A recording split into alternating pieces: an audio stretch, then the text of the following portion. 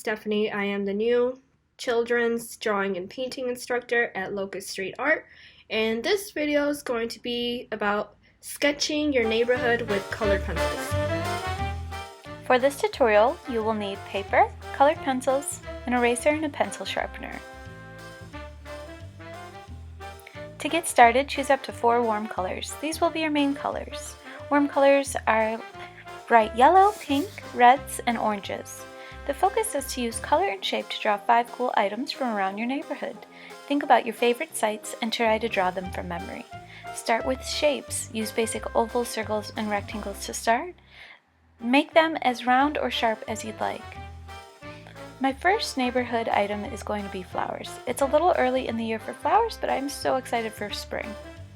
Start with warm colors. Use 2 different warm colors to make your first item pop. I'm getting started with orange and pink.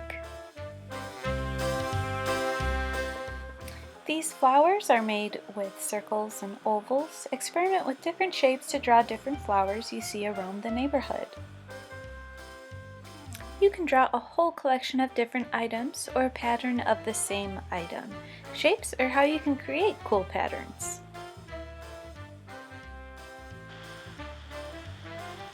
My second neighborhood item is going to be quirky mushrooms. You don't need to worry about drawing realistically or keeping the sizes the correct way.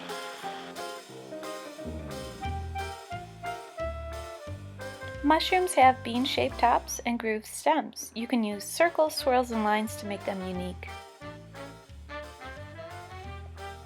Use another warm color to give your second item some depth. Use lines to round out edges and corners.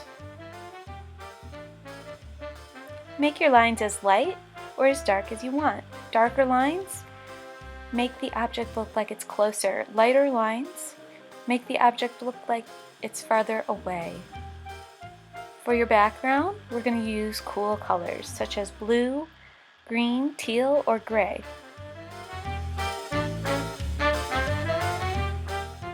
Now I'm going to be using a cool color for my grass.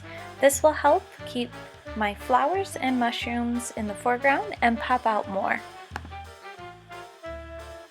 My third neighborhood item is a Moby dog. I saw many dogs on my walk yesterday, but this dog stuck in my mind. This dog's head is a grooved circle. Again, it's not about being realistic. Don't worry about being accurate or perfect. Funky shapes are more fun. Shading will draw more attention to that area of your drawing. Shading also creates dimension and texture, but more on that next time. Fill in the rest of your canvas with other cool things you see around the neighborhood. I chose a pair of shoes, a roller skater, a skateboard, and a perch seagull.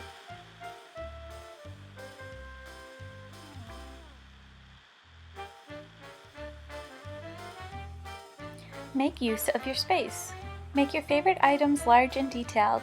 Keep what you like, leave out what you don't. This is your piece.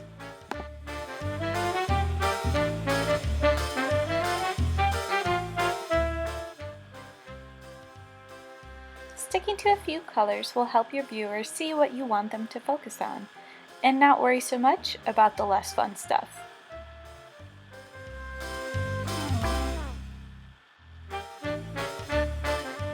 Use shapes in any size or order, overlap shapes, or draw shapes inside shapes to create unique patterns.